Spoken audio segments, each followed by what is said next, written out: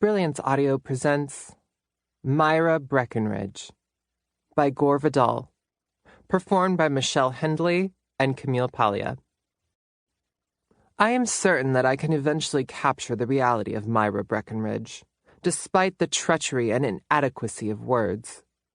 I must show you as I am, at this instant, seated at a small card table with 2 cigarette burns at the edge.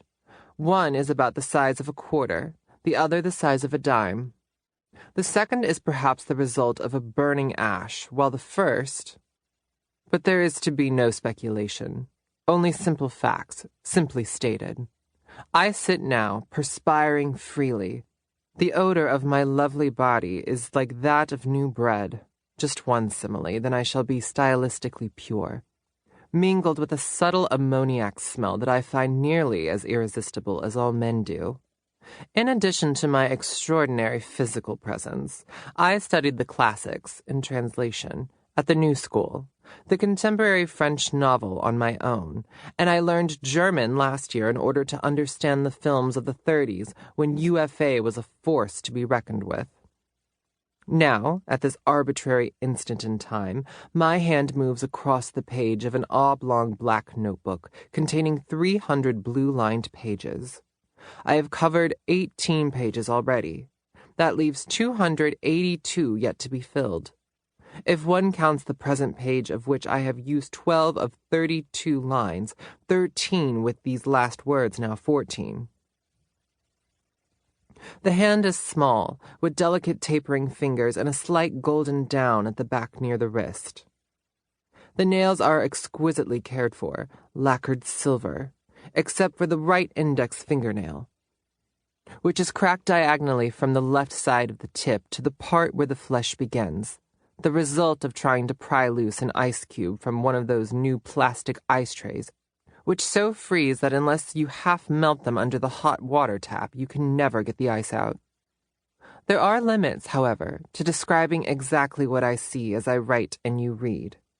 More to the point, one must accept the fact that there are no words to describe for you exactly what my body is like as I sit, perspiring freely, in this furnished room high above the Strip for which I am paying $87.50 a month. Much too much, but I must not complain, for a life dream has come true. I am in Hollywood, California, the source of all this century's legends, and tomorrow it has been arranged for me to visit Metro-Goldwyn-Mayer. No pilgrim to Lourdes can experience what I know I shall experience once I stepped into that magic world, which has occupied all my waking thoughts for 20 years. Yes, 20 years. Believe it or not, I am 27 years old and saw my first movie at the age of 7.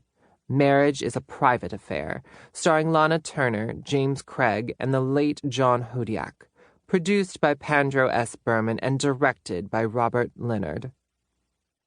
As a small girl, I used to yearn for Lana Turner to crush me against her heavy breasts, murmuring, "I love you, Myra, you perfect darling." Fortunately, this lesbian phase passed, and my desires were soon centered upon James Craig. I saw every film he ever made. I even have recordings of his voice. In Parker Tyler's masterpiece, Magic and Myth of the Movies, he refers to James Craig's voice as some kind of middle Southwest drawl, a genuine Lulu. I can certify that James Craig was in every way a Lulu, and for years I practiced self-abuse thinking of that voice, those shoulders, those powerful thighs thrust between my own, and, if I may be candid, no matter what condition James Craig is in today, married or not, decrepit or not, Myra Breckinridge is ready to give him a good time for old time's sake.